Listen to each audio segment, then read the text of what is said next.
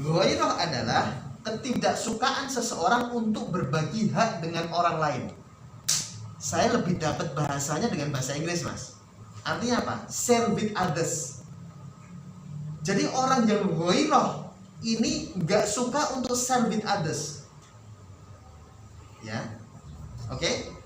Dia memiliki rasa kepedulian yang sungguh-sungguh atau real concern, atau semangat atas sesuatu, desire. Dia punya desire dan dapat dianggap sebagai semacam kecemburuan yang protektif atau protective jealously atau positive jealously, atau dibaca jealously aja atau dibaca protectiveness, sama ya. Udah nyambung, Mas? Sampai titik ini udah nyambung? Ayo, udah nyambung belum? Ayo. Oke, cinta fitrah. Yang kedua, cinta jangan sampai kemaksiatan. Nah, cinta yang positif maksudnya itu harus menumbuhkan ghirah atau gairah. Harus menumbuhkan. Gairahnya apa? Apa yang dimaksud gairah ini? Jadi kalau masih suka berbagi, ya, hak Mas masih suka Mas bagi, Mas gak punya gairah.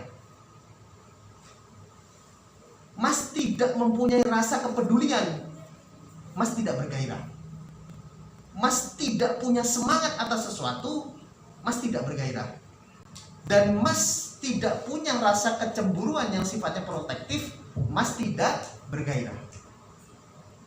Kalau tidak bergairah, berarti Mas sejatinya tidak cinta. Bisa ditangkap nggak, Mas? Bisa ditangkap nggak, Mas? Bisa ditangkap nggak, Mas? Contoh yang boleh bercanda ini contoh ya. Sebetulnya ini bisa dicontohkan ke dalam semua aspek kehidupan. Tapi saya nyontohin ke istri boleh nggak? Karena itu yang paling simpel. Sebetulnya itu bisa dijadikan ke istri, anak, ibadah itu bisa semua. Tapi saya boleh ya minta izin untuk nyontohkan ini ke istri, supaya lebih relate gitu, Mas. Ya, contoh. Yang boleh bercanda dengan istri siapa? Suami. Selain itu ada yang lagi yang boleh nggak? Mahram lah. Itu Mas ya, mahram ya. Mahram itu boleh. Kalau ada teman suaminya bercanda boleh nggak? Itu hak nggak? Itu haknya suami nggak? Hak dong. Haknya suami dong. Karena suami menjadi suaminya, dan kalau mahram menjadi mahramnya, kan gitu. Kalau teman suaminya bercanda sama istrinya dan itu diperbolehkan, berarti dia share with others. Dia tidak punya gairah. Artinya sejatinya dia tidak betul-betul mencinta dalam konteks positif. Gitu, Mas.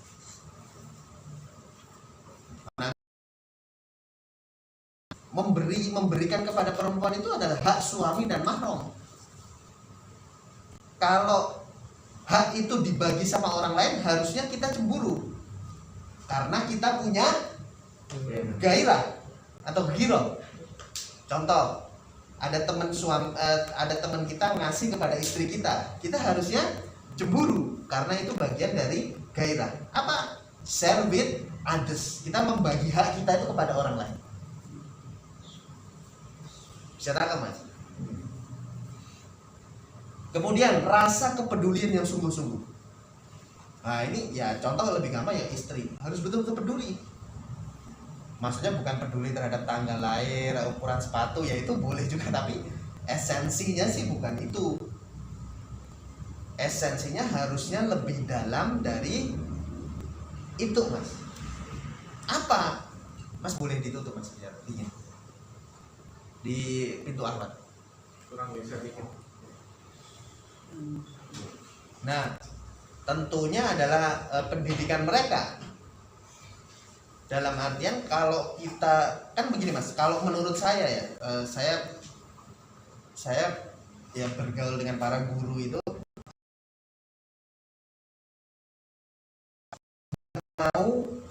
pasangan, nggak mau istrinya atau seseorang yang dicintainya masuk neraka, dan ingin agar istrinya atau sesuatu yang dicintainya itu masuk surga. Itu cinta sejati. Yang lain itu cinta KW lah. Nah, berarti real concern dia harusnya mengarah ke situ. Bagaimana agar menjamin istrinya, anaknya itu bisa masuk surga. Itulah yang disebut concern. Atau semangat atas sesuatu desaya. Desaya itu dalam bahasa Arabnya himmah, Mas. Himmah itu greget gitu loh, semangat.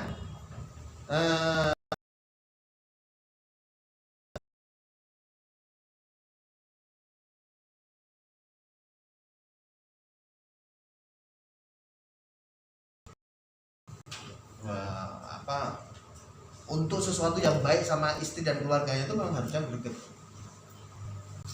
Menyekolahkan, mencari nafkah, mendidik dan lain-lain itu greget. Dan dapat dianggap sebagai semacam kecemburuan yang protek. Nah, berarti kalau Mas nggak punya kecemburuan itu bukan ghairah, Mas. Hanya sebagian kecil dari ghairah. Cuman kalau aku membahas share with others, desire, real concern itu kan Mas bingung. Yang lebih enak jealous ya gitu ya Mas ya. Ya, betul nggak Mas? Ghairah ini diartikan apa lebih enaknya? Cemburu kan? Cemburu kan? Kalau aku mengartikan itu real concern, mengartikan itu desire, Mas agak bingung ya. Ya Mas ya. Makanya ini agak beda dari pengertian bahasa Indonesia. Gairah itu kan kayak sesuatu yang menggebu-gebu, itu bukan. Itu gairah dalam bahasa Indonesia, ini gairah di dalam bahasa Arab. Gairah. Dari kata ghair, Mas. Ghair itu bukan atau others. Kalau itu disebut gairah, itu adalah yaitu tadi cemburu. Atau apa namanya? Ghirah itu juga kecemburuan. Ya. Oke, ada pertanyaan sampai sini, Mas. Ini masih panjang nih. Ada pertanyaan. Ini bahaya nih. Ini betul-betul bahaya kalau kita tidak punya ini ya ini sama hal semua. Ya paling gampang contohnya istri anak. Makanya kadang-kadang saya nggak ngerti yang boleh berdekatan atau nempel dengan kita ini kan dengan istri kan ya kita ya, tapi dia bisa share with others dengan apa? Dengan tukang gojek gitu. Tapi ya mungkin belum sampai sini Mas gitu. Gitu loh.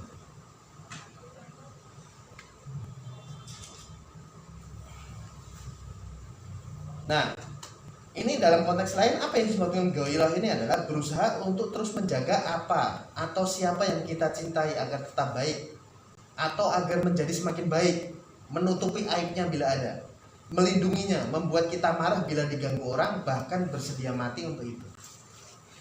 Ini saya sepakat. Kalau ada orang istrinya kemudian diganggu dalam hal yang negatif ya Mas ya, terus terangnya dalam hal, atau anaknya diganggu dalam hal negatif bukan karena mainan sama anak-anak itu hal yang biasa negatif tuh kalau ditawarin narkoba itu saya bunuh, bisa saya bunuh Mas gitu. Kenapa? Karena kita punya gairah gitu Mas. Kalau enggak justru yang itu berbahaya.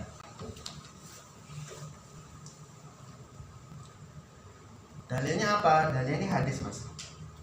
Innallaha yagharu wa ghairatullahi ayatil mu'minuna ma haramallah. Innallaha yaghar atau yughar. Sesungguhnya Allah ini adalah pencemburu. Yaghar ghajur sama Mas ya. Wa ghairatullah, dan gairah Allah dan kecemburuan Allah ayatil mukmin, ketika datang orang mukmin itu maharamallah, yang kemudian melakukan apa-apa yang diharamkan oleh Allah. Itu Allah tuh ghairah banget Mas, atau cemburu. Kelihatan ya ghairahnya ya di bahasa Arabnya ya. Oke. Stop. Jadi kita punya 3 kesimpulan. Pertama, cinta fitrah, cinta jangan maksiat, cinta yang positif mendorong sikap yang gairah atau yang bergairah. Yang keempat, kalau nggak bergairah bagaimana? Ancaman mengerikan Mas. Ancaman mengerikan. Karena kalau sampai kita mencintai orang yang harusnya kita cintai tapi tidak mencintai, tidak bergairah, haram masuk surga. Nanti dalilnya ada.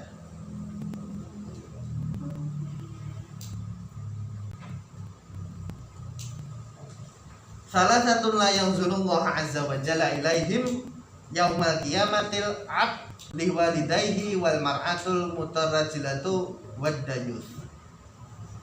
Salah satu, maka ada 3 la yang zulullah, tidaklah melihat Allah azza wa jalla ilaihim pada mereka ketiga orang itu yaumal qiyamah, pada hari kiamat.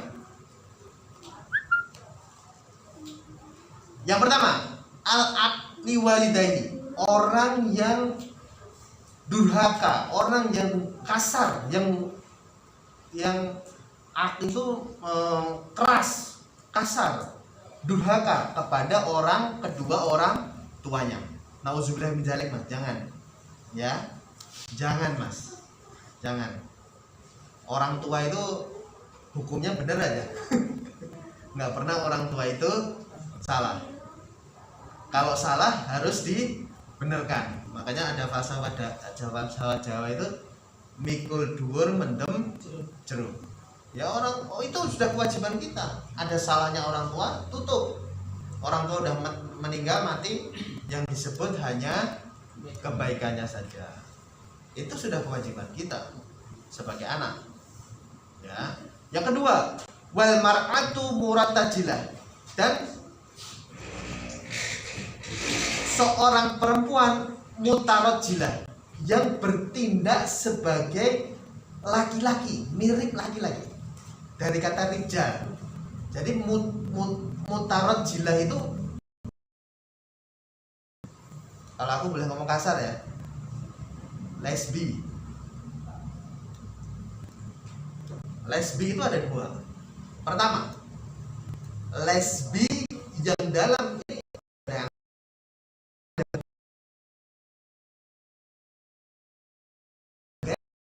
perempuan itu biasa kayak perempuan, gak ada bedanya, perempuan biasa lembut. Lesbi yang dalam aktivitas seksualnya bertindak sebagai laki-laki. Nah itu biasanya rambutnya pendek, orangnya agak maco gitu, suka fitness. Itu seperti itu. Gak ada pasangan lesbi itu lembut-lembut semua, gak ada. Sama kayak homo, Mas. Homo itu ada yang laki-laki yang gagah, ada yang kayak perempuannya, laki-laki kayak perempuan itu di dalam bahasa Arab disebut al-mar'atul mutarajjilah. Makanya penting untuk membuat identitas seksual itu dari anak-anak. Yang laki-laki ya suruh melakukan aktivitas yang laki-laki, yang perempuan suruh melakukan aktivitas yang perempuan. Wadayuts, dan orang yang disebut dayuts, atau orang yang tidak memiliki kecemburuan. Jadi orang-orang yang tidak dilihat sama Allah, pertama, orang yang durhaka kepada orang tuanya. Kedua, lesbi, orang yang mirip dengan perempuan yang mirip laki-laki. Ketiga adalah orang yang tidak punya kecemburuan, atau di dalam istilahnya dayuts. Kenapa? Ya, wanita ini disebut mar'ah. Iya, kan mar'ah. Wanita itu banyak, Mas. Ada mar'ah, mir'ah, kemudian nisa, kemudian ada satu lagi satu lagi apa? Tapi penekanannya berbeda. Aku lupa penekanannya apa.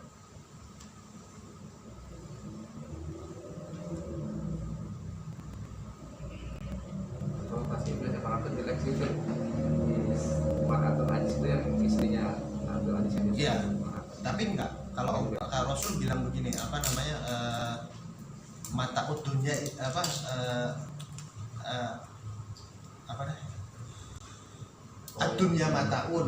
adunya mataun, dunia itu adalah perhiasan, buat mata utunya adalah mar'atus soleh, dan perhiasan dunia itu adalah perempuan yang soleh. Jadi mar'ah itu apa sih, aku lupa, Mas, nanti harus baca lagi.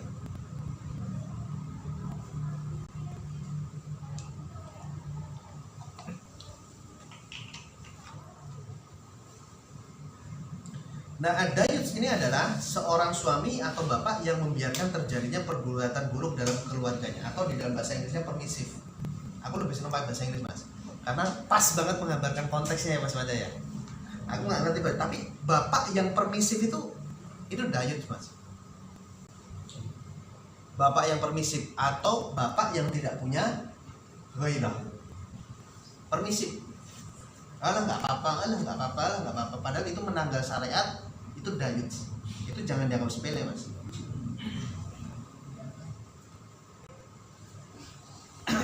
Kemudian lawan dari dayus adalah goyur atau bujur tadi, orang yang memiliki kecemburuan besar terhadap keluarganya sehingga dia tidak membiarkan mereka berbuat maksiat. Contohnya apa? Orang yang dayusnya apa? Suami tidak cemburu jika istrinya berpakaian ketat dan membuka aurat. Malah kadang-kadang senang kalau istrinya jadi pusat perhatian. Senang, Mas. Jadi iya bangga, wah istriku cantik gitu kan. Istriku cantik. Dilihatin orang itu bangga gitu. Jadi ya ini begini, memang itu ada. Suami tidak senang dan bangga jika kecantikan istrinya. Suami tidak senang, justru bangga jika kecantikannya istrinya dinikmati oleh semua mata laki-laki. Ya senang aja. Wah, berarti aku, kalau kadang-kadang orang awam itu suka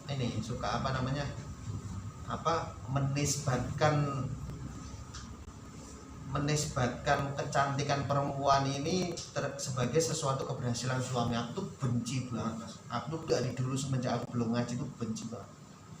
Biasanya kalau di dalam habis resepsi itu, wah, alhamdulillah ya si ya, kenapa dapat istri cantik banget ya Allah. Walaupun aku belum ngaji ini, aku sudah bencinya luar biasa. Kenapa? Karena wajah itu adalah merupakan pemberian, given. Kita kan nggak bisa milih wajah. Justru wajah ini menjadikan pintu fitnah. Makanya aku lihat ya, orang-orang yang merasa istrinya cantik atau merasa dirinya cantik perempuan itu sikapnya pasti aneh-aneh. Ya, intinya dia minta diperhatikan lah, karena memang dia itu cantik. Kalau orang biasa ngapain? Biasa. Aku tuh sebel, nggak suka. Dan aku tidak pernah memberi kredit pada orang itu yang memberi kredit itu maksudnya memberikan pujian ke orang itu karena dia itu cantik. Biasa aja. Ngapain gitu kan? Ya memang dia cantik, tapi apakah kan tidak ada relasinya dengan kebaikan atau kesalehan atau akhlak mereka, Mas? Dia biasa aja, dia cantik, kebetulan dapat apa, rezeki mukanya cantik kan? Tapi itu justru menjadikan itu sebagai fitnah. Suami membiarkan istrinya foto selfie. Nah, ini kan biasa tuh. Dan bisa menjadi fitnah ujian bagi laki-laki. Kadang-kadang begini. Foto-foto aja. Berfoto kan nggak haram. Tapi kalau itu tujuannya centil untuk diniatkan sebagai tabaruj. Apakah tabaruj itu apa, Mas? Artinya tahu nggak, Mas? Hah? Mencolok, betul. Dari kata apa? Bahasa Arab apa? Abroza. Abroza itu artinya apa? Menonjol. Tabarruj adalah kemenonjolan. Makanya menara tertinggi di Dubai itu namanya apa? Burj Al Khalifa. Burj itu, abroza itu menonjol. Jadi perempuan itu memang pengennya menonjol. Temennya pakai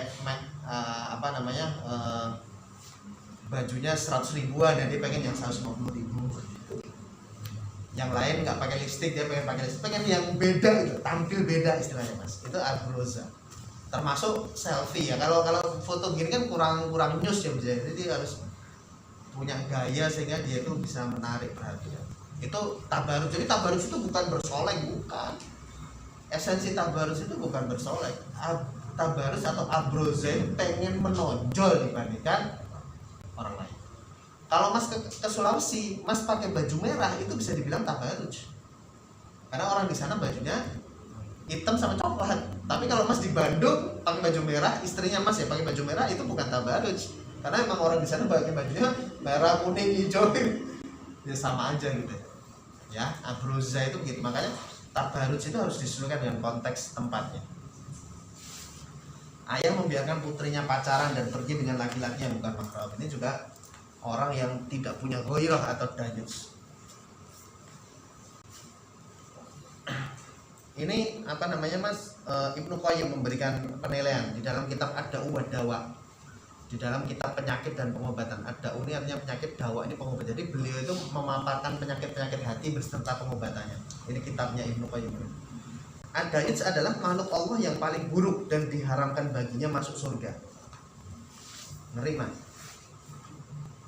Demikian juga orang yang membolehkan dan menganggap baik perbuatan zalim dan melampaui batas bagi orang lain. Maka perhatikanlah akibat yang ditimbulkan karena lemahnya sifat ghairah atau ghirah dalam diri seseorang.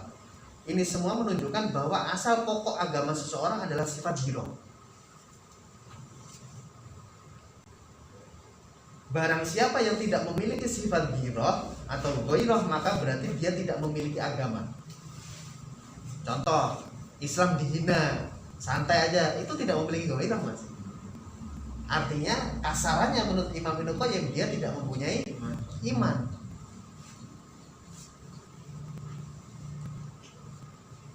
Kalau Jokowi dihina kurus gitu, itu bukan urusan saya lah. Sampai dibelain mamanya sampai nangis-nangis, itu bukan urusan saya. Makanya saya kemarin posting di grup, jangan membuat perempuan itu menangis ya, karena mamanya nangis-nangis terus. Jokowi dibilang kurus, dia mikiran kita loh.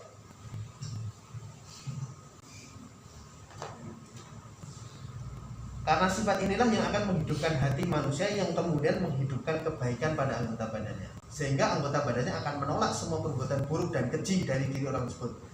Sebaliknya, hilangnya sifat ghirah akan mematikan hati, yang kemudian akan mematikan anggota badan, sehingga sama sekali tidak ada penolak keburukan darinya. Ini sifat ghirah Mas. Jadi saya melihat tuh begini. Ini kisah nyata Mas. Saya tahun 99 Mas, itu kan saya belum ngaji ya, 99. Nah kemudian ada isu Mas, ada isu di Solo itu mau ada penyerangan, menjadikan Solo sebagai Ambon kedua. Itu preman-preman sekolah Mas, orang-orang preman-preman jalan itu pada merapat semua. Preman jalanan itu merapat ke FPIS, Front Pembela Islam Surakarta. Preman-preman sekolah itu merapat ke sekolah. Kenapa mereka merapat? Mereka punya apa? Punya ghirah atau punya ghairah. Walaupun bisa jadi mereka tidak sholat, tapi ketika mereka mendengar Islam akan dibabat, akan dihabisi, mereka punya ghirah atau semangat, punya kecemburuan mereka Mas. Tapi ada orang-orang yang Islam hari-harinya sholat, mendengar Islam akan dibantai, dibabat, tidak punya rasa kecemburuan atau tidak punya rasa ghirah, santai aja. Oh itu mah cuma hoax. Oh langsung ngumpul Mas semua, bersatu aku. Waktu itu aku belum suka pedang, nyari pedang, dapat pedang. Pedangnya darah semua. Karatan itu warna merah, bekas-bekas darah. Tak kasih di bawah jok. Nggak kejadian. Itu ada berita intelijen gitu Mas. Karena mungkin ya, karena Solo itu kan indikator nasional ya Mas. Kalau Solo meledak, biasanya Jakarta meledak, daerah lain meledak.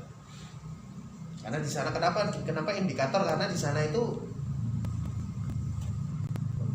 benturan antara nasionalis Islam, antara jihadis itu di Solo semua. Makanya markas Kopassus itu Jantung satu, di Solo satu.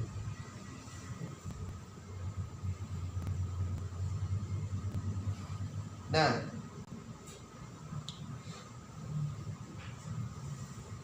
ini langsung saya artikan ya.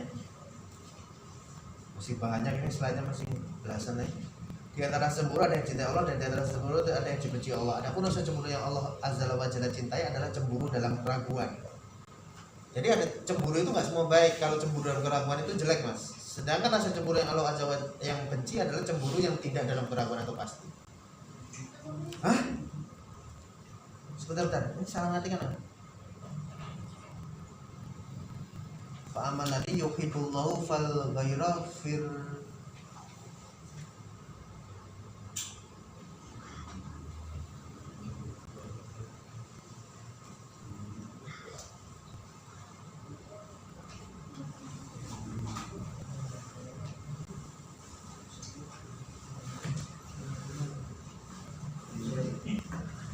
Nanti saya lihat hadisnya mas, ini kok salah ya, salah ini ya, salah ngartikan. Ala yuhibbullahu fal ghairah. Saya lanjutkan mas. Nah, bagaimanapun juga seorang istri adalah wanita yang mempunyai sifat. Nah, ini harus mas paham. Jadi jangan menyalahkan istri itu nggak boleh mas, karena dia mempunyai sifat wanita. Apa sifat wanita? Dia itu berasal dari tulang rusuk yang bengkok. Istausu bin nisa, ini bagus banget mas. Istausu bin nisa ini adalah perintah. Ini kalau mas memperhatikan dalam yang pernah belajar bahasa Arab, ini adalah perintah untuk kita untuk menasihati wanita mas. Karena ini karena di belakangnya itu ada wawu yang bentuknya adalah wawu perintah atau wawu lil amr. Istausu, maka berwasiatlah kamu atau nasihatilah kamu binisa kepada seorang wanita. Itu perintah mas. Jadi kita harus menasihati anak-anak kita, terutama anak-anak wanita, terutama adalah istri kita, karena istri kita adalah wanita. Mereka itu berasal dari tulang rusuk yang bengkok. Jadi harus tetap terus dinasihati. Nah ini juga bagus nih mas. Maro'aitu min naqisati aqlin. Maro'aitu, aku nggak pernah lihat, kata Rasul, min naqisatin aqlin, orang yang naqisatil aqli, akalnya pendek, kurang. Naqisoh itu mengkerut, pendek. Waladin, dan juga agamanya. Aqlabul lidilubin min kunna qalat.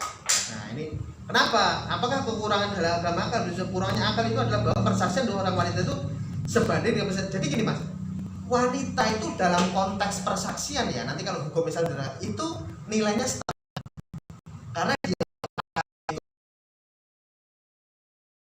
kurang mengedepankan perasaannya daripada pemikirannya. Suaminya nyari duit, mendidik, membina, cuman suaminya jarang pulang karena kerja di luar kota. Ada, tapi dia pemikirannya nggak nyampe. Wanita itu bukan begitu mikirnya. Wanita itu yang bisa memberikan perhatian, kenyamanan, waktu untuk berbicara. Dia akan cinta terhadap orang-orang seperti itu. Saya tangkap mas. Jadi jangan kamu, saya tuh udah kerja keras sama istriku, kok istri saya kok selingkuh sama orang ya. Kamu nggak memberi perhatian dan sekedar omongan dari sini. Kenapa? Karena naqisatul aqli tadi, akalnya pendek, perasaannya itu gampang ini mas. Apa contoh-contoh yang perayu-perayu ulung tuh mas Didi, mas Yogi ini boleh bagi pengalaman atau mas itu? Mas. Jadi itu dalam bahasa Arab itu disebut naqisatul aqli tadi. Akalnya itu susut.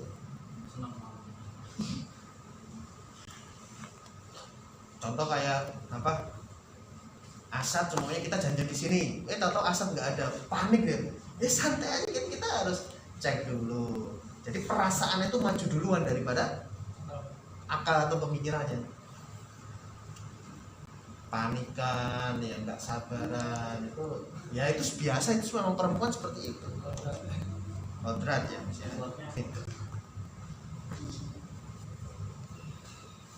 Walaupun nggak punya duit tapi senang belanja, itu fitrahnya. Kenapa ke mall? Kan nggak beli, ya nggak apa-apa, kan lihat-lihat. Astagfirullah.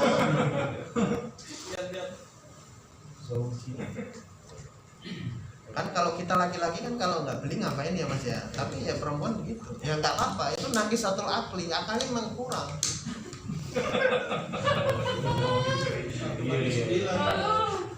Catatannya 3, datangnya 5 ya. Iya, jadi udah dibeli gula, tepung sama garam, sampai rumah sirup, biskuit itu aduh. Mas dulu. Mas nanti dibaca dulu, ini panjang banget. Wahai kamu wanita, bersedekahlah kamu dan berbanyak istighfar, karena aku melihat kamu wanita lah yang banyak menjadi penghuni neraka. Ini hadis sahih loh mas. Jadi yang banyak penghuni neraka itu perempuan Mas, bukan laki-laki. Seorang wanita yang pintar di antara mereka bertanya, "Wahai Rasulullah, kenapa kaum wanita yang paling banyak jadi penghuni neraka?" Rasulullah SAW bersabda, "Kalian banyak mengutuk dan mengingkari pemberian nikmat dari suami. Dikasih 1 juta dari suami kurang, 1 juta sehari kurang, maunya berapa? 1,5 juta per hari." Itu mengingkari Mas. Aku tidak melihat mereka yang kekurangan akal dan agama yang lebih menguasai pemilih akal daripada golongan kamu. Maksudnya apa? Maksudnya dari wanita. Wahai Rasulullah, apakah maksud kekurangan akal dan agama itu? Rasulullah SAW bersabda, maksud kekurangan akal yang persaksian 2 orang wanita sama dia bisa 2 bla bla bla bla. Nanti baca sendiri. Dan ini sudah dijelaskan dalam Al-Quran. A'udzubillahi minasyaitonirrajim. Bismillahirrahmanirrahim. Ar-rijalu qawwamuna 'alan nisa'i bima faddalallahu ba'dahum 'ala ba'd wa bima anfaqu min amwalihim. Ar-rijalu qawwamuna 'alan nisa'. Laki-laki itu qawam, pemimpin atau sesuatu yang menjadi contoh lah, sesuatu yang menjadi pimpinan ya, gitulah intinya. 'Alan nisa', atas perempuan. Bima fadallahu ba'dahum, karena Allah telah memberikan fadilah atau kelebihan terhadap mereka atas wanita. Bukan karena duitnya banyak laki-laki, bukan. Bukan karena lebih pintar laki-laki juga bukan. Ngerti Mas? Ngerti maksudku Mas? Jadi laki-laki itu basicnya aja itu memang lebih dari wanita. Koang. Makanya kadang-kadang aku tuh punya saudara Mas yang itu divorce. Salah satu penyebabnya kenapa? Penghasilan perempuan itu lebih besar daripada perempuan. Karena tanteku itu keluarga ini orang kaya lah. Nah nikah sama omku. Padahal omku juga kaya, cuman nggak sekaya tanteku. Qadarullah ada masalah lain juga. Itu divorce. Status koam Mas terhadap istrinya. Kalau istrinya memang ngerti posisi suami, gitu Mas. Jadi bukan karena duitnya, bukan karena kekuasaan, ya itu memang sudah diberikan Allah. Kenapa? Bima fadallahu ba'dahum 'ala ba'd, karena fadilah yang diberikan kepada laki-laki daripada daripada perempuan. Sekarang kita baca tafsirnya. Kaum laki-laki itu adalah pemimpin bagi kaum wanita. Dengan kata lain, lelaki itu adalah pengurus wanita, pemimpinnya, kepalanya, yang menguasai, yang mendidiknya jika menyimpang.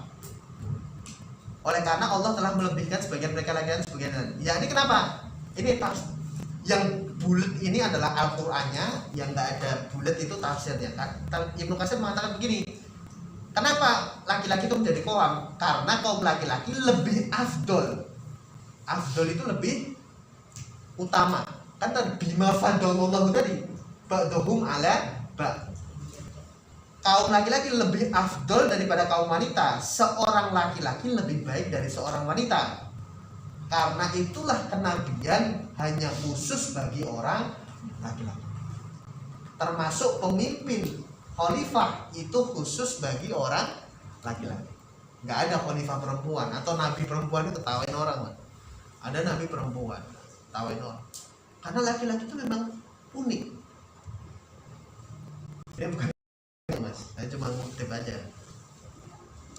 Nah, laki-laki itu berlaku sebagai pemimpin dan penjaga bagi wanita karena 2 hal. 1, memiliki karakter jantan, postur tubuh dan kelebihan pengalaman. 2, menafkahi seluruh keluarga dan bersedekah. Wanita yang soleh itu taat kepada Allah dan suami-suaminya sehingga mereka menjaga diri dan anak-anak mereka pada saat suami mereka tidak ada, serta menjaga harta suami mereka tanpa berbuat mubazir karena telah dijaga dan ditolong oleh Allah, serta hak mereka ketika dia berkorban dan telah ditunaikan.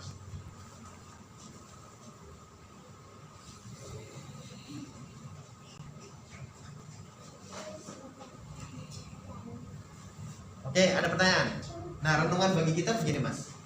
A'udzubillahi minasyaitonirrajim. Bismillahirrahmanirrahim. Ya ayyuhalladzina amanu qu anfusakum wa ahlikum nara wa quduha nafsu wal hijara 'alaiha malaikatun ghiladun shidadun la ya'sullaha ma amarallahum wa yaf'aluna ma yu'marun. Ya ayyuhalladzina amanu, wahai orang-orang yang beriman, jagalah anfusakum, diri kalian sendiri, wa ahlikum nara, dan keluarga kalian. Wa quduhana suwal hijarah, yang bahan bakarnya itu adalah manusia dan hijarah. Jama dari hajar. Dan batu. Alaiha malaikatun. Di dalam neraka itu ada malaikat ghiladun syidadun, yang keras, yang kasar, la yaksullaha, dan tidak menyelisih Allah. Amarahum, yang telah Allah perintahkan bagi mereka, wa yaf'aluna ma yu'marun, dan selalu mengerjakan apa yang diperintahkan. Ini renungan bagi kita, Mas.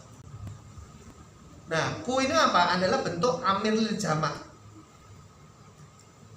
Mas, kalau nanti dari dalam Al-Qur'an ya, tapi lebih jelasnya lagi tanya anak-anak kita yang pesantren. Aku kan tidak pesantren. Nanti kalau di Al-Qur'an ada kata-kata begini, ini bentuknya perintah. Nih, wawunya kayak gini nih.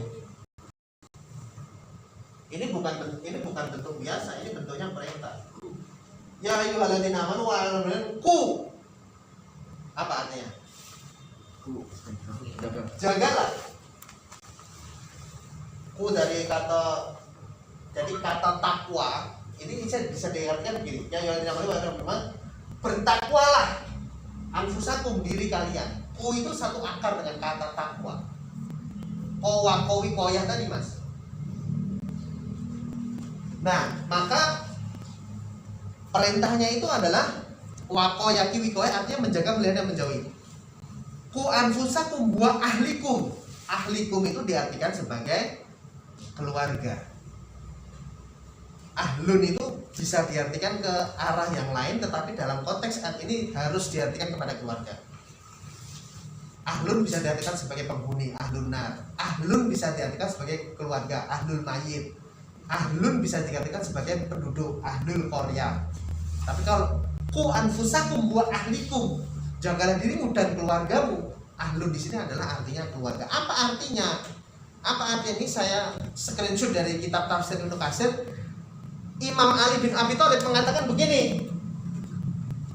Ku anfusakum wa ahlikum naro.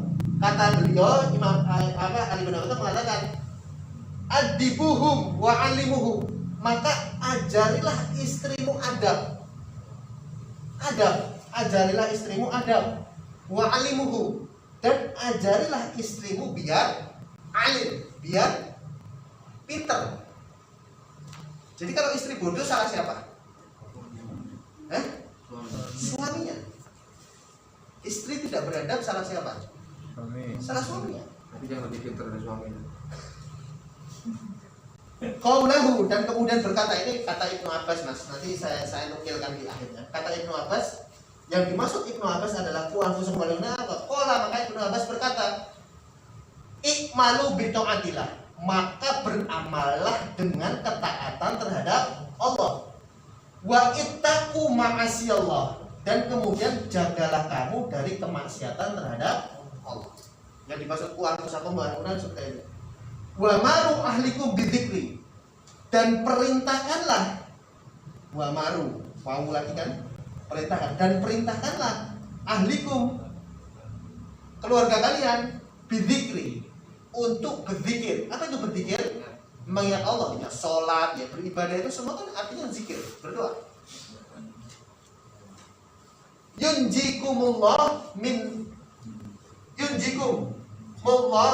minan nar, maka itu akan menyelamatkan kamu dari, maka semoga Allah akan menyelamatkan kamu dari api neraka. Ya, yunjikumullah. Ini kata Mujahid. Fi qaulillahi jalla wa azza, kata Mujahid, wa anfusakum qala ittaqullah, bertakwalah kepada Allah, wa ausu, dan berwasiatlah kamu ahlikum kepada keluarga kalian bitaqwallah, untuk bertakwa kepada Allah. Jadi apesnya kita kan sebagai orang laki-laki, semua kesalahan istri itu adalah kesalahan suami. Itu apesnya, udah. Kita boleh ngomong nakis atau akal belakang, tapi ya balik lagi, itu adalah kesalahan suami.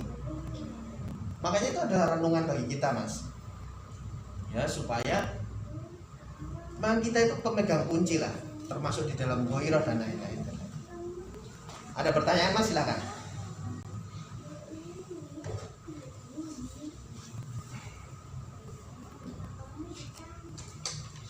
Kesannya nanti kita lebih protektif ya, keluarga orang protektif amat sih gitu. aja gitu. Ya tapi protektif dalam konteks jelasly protektif mas, maksudnya sikap cemburu yang ini menjaga, tapi menjaga dari apa? Menjaga dari kemaksiatan, kuncinya ada kemaksiatan. Oh, Maksudnya begini mas, kan yang dimaksudkan jealously tadi, yang dimaksud ghairah tadi kan tidak suka untuk berbagi kepada orang lain, share to each other. Kemudian mereka adalah really concern. Mereka juga mempunyai desire, mereka juga punya kecemburuan. Itu sebenarnya intinya itu. Makanya kalau istri mas-mas kali ini saya contohnya yang simpel aja mas ya, kalau soyong menggila ya. Ada yang bercanda sama ini, mas harus cemburu. Gak suka terhadap laki-laki itu dan menasihati kepada istrinya. Jangan kita ada yang mencandai istri kita, malah kita ikut bercandain gitu. Atau dada-dada sama istri kita dan kita juga santai aja dan lain-lain. Itu kemarin masih saya lihat, benar-benar masih saya lihat. Dan waktu kemarin kita acara apa kemarin? Vaksin itu. Maka kita harus punya ghairah mas, walaupun itu sebetulnya simpel, karena itu adalah hak kita. Nah kecuali orang lain mempunyai hak terhadap istri kita atau keluarga kita, ya itu tidak masalah. Tapi kalau yang tidak mempunyai ya jangan. Makanya ini saya ini begini ini bukan untuk kita menghakimi istri kita, bukan mas, tapi untuk kita tuh introspeksi diri terhadap kita. Adakah sikap ghairah ini terhadap diri kita? Kalau itu nggak ada, lantas di manakah cintanya? Cinta kita ini, kalau nggak ada cinta, berarti tidak. Karena kita sudah menikah, maka kita bisa jadi tidak punya keimanan. Harus betul-betul punya ghairah.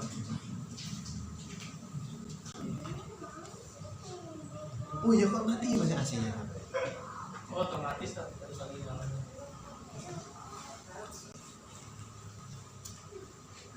Timer ya, timer pagi.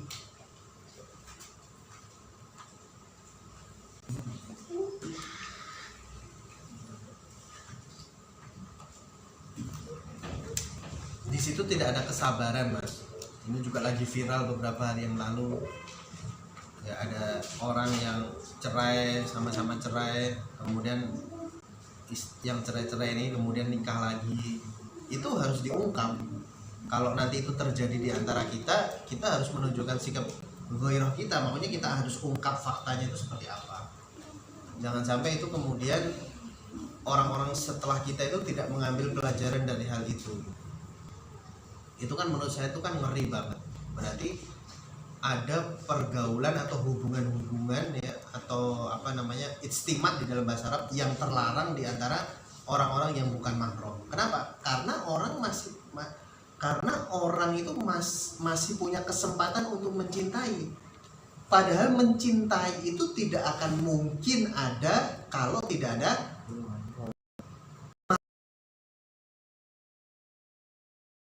mafahim bahasa Arabnya, atau pemahaman terhadap mas panca. Pemahamannya apa? Kalau mas panca baik ya pemahamannya seneng. Kalau mas panca nggak baik ya aku pemahamannya benci. Kalau aku nggak kenal sama mas panca, mungkinkah ada perasaan cinta dan benci? Nggak mungkin. Nggak mungkin mas. Kalau sudah ada perasaan cinta dan benci berarti kenal, ada mafahim. Mafahim itu apa? Mafahim itu adalah pemikiran yang sudah dijadikan keyakinan, sehingga itu disebut pemahaman, atau bahasa jamaknya adalah mafahim. Dari kata faham, berarti dia udah betul-betul ngerti. Oh senangnya apa, kesenangannya apa, tendensinya bagaimana, cara-cara bercandanya bagaimana, itu sudah ngerti lah. Itu kan berarti kan suatu hubungan yang terlarang mas, ilegal, walaupun nggak menikah gitu. Nah kenapa setelah sama-sama bisa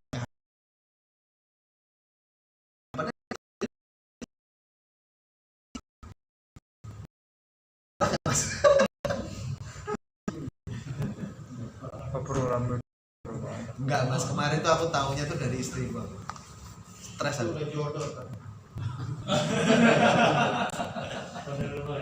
Sudah tertulis dalam Lauhul Mahfuz. Oke mas, kalau nggak ada pertanyaan kita membaca alhamdulillah, alhamdulillah, amin, istighfar, astagfirullah. Subhanallah wa bihamdihi asyhadu an la ilaha illa anta astaghfiruka wa atubu ilaik. Assalamualaikum warahmatullahi wabarakatuh. Waalaikumsalam.